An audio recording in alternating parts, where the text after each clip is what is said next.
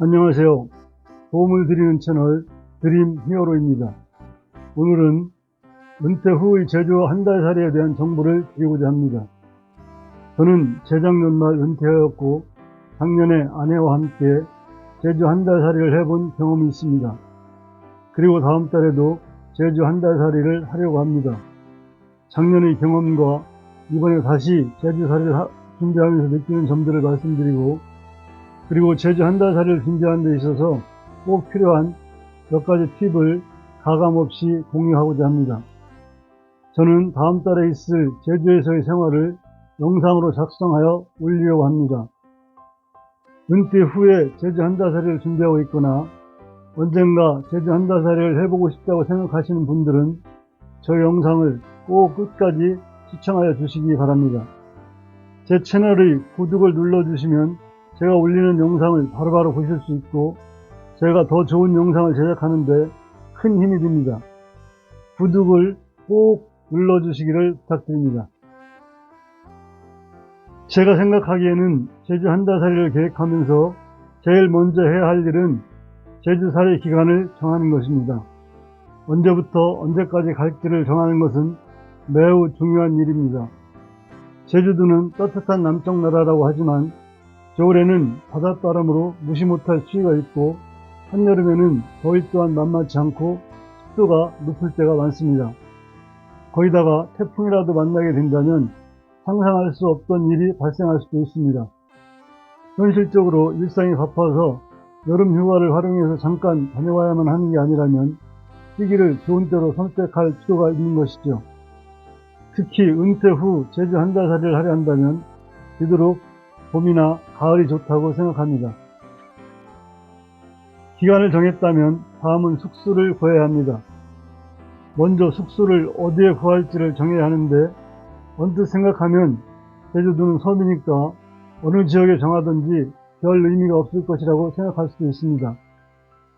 그러나 제주도는 우리나라에서 제일 큰 섬입니다. 그만큼 숙소를 어느 지역에 정하느냐에 따라서 활동 반경에 절대적인 영향을 받습니다.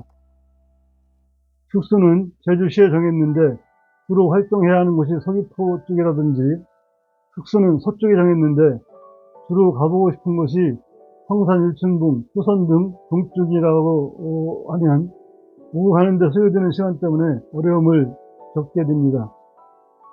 그래서 우선은 숙소를 제주시에 정할지, 서귀포 쪽에 정할지, 그리고 제주의 서쪽에 정할지 아니면 동쪽에 정할지를 선택해야 합니다. 그 다음은 숙소를 정하는 방법인데, 숙소를 구하는 방법은 제주도에 거주하고 있는 지인을 통하여 알아보든지 에어비앤비나 숙소를 연결해주는 앱을 통해서 하는 방법이 있겠습니다. 흔한 일은 아니지만 숙소 알선 사기가 발생할 수도 있으니 이런 점도 감안하셔야 합니다. 제주도 한 달 살이의 숙소 비용은 몇십만 원부터 600~700만 원까지 그 가격 폭이 크게 정해지고 있습니다. 먼저 말씀드리고 싶은 것은 숙소는 그 금액에 따른 가치를 가지게 된다는 것입니다.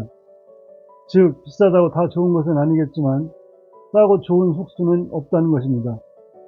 숙소 형태로는 도시형 단독주택, 전형적인 제주도 농가주택, 원룸용 숙소, 연립주택 등 여러 가지가 있습니다. 그리고 숙소는 되도록 미리미리 알아보는 게 좋습니다. 제 경험으로는 최소 3개월 전에는 숙소를 알아봐야 나름 편하게 구할 수 있습니다. 같은 조건인데도 임박해서 구하려고 하면 비용이 올라가는 경우가 있고, 가격면이나 내용면에서 내 마음에 드는 숙소를 이미 다른 사람이 예약을 한 경우가 종종 있습니다. 저는 앱을 통해서 원룸용 숙소를 구했습니다.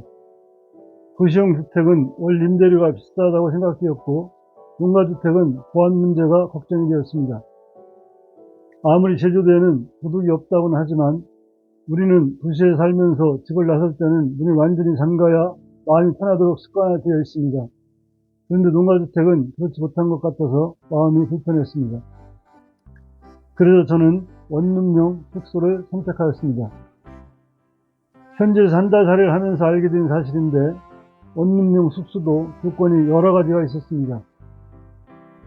제가 작년에 살던 숙소는 처음 정해진 가격 외에 관리비나 전기료, 수료 등의 일체의 부가 비용이 없었습니다. 그뿐 아니라 매일 잘 세탁된 수건을 1인당 2장씩 제공해 주었습니다. 그리고 쓰레기를 방문 앞에 내놓으면 매일 수거해 갔습니다. 또한 숙소 구조도 좁은 공간이긴 하지만 방과 주방, 욕실이 구분되어 있고 발코니도 있었습니다. 지금 말씀드린 이런 조건들도 예약할 때 알아볼 필요가 있습니다. 즉, 월 임대료 외에 전기료 등을 별도로 요구하고 있는 경우도 있고 쓰레기를 매일매일 멀리까지 가서 버려야 하는 경우도 있습니다.